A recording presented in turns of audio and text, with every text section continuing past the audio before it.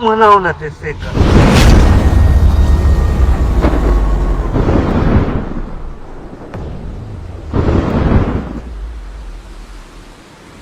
Patrick, hebu acha kulia.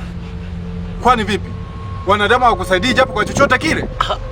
Hapana baba, hakuna nisaidia. Na kwa nini niwategemea wanadamu kuliko Mungu? Sikia Patrick, walimwengu ni wabaya sana tena sana. Hivyo basi, nenda nyumbani usilie.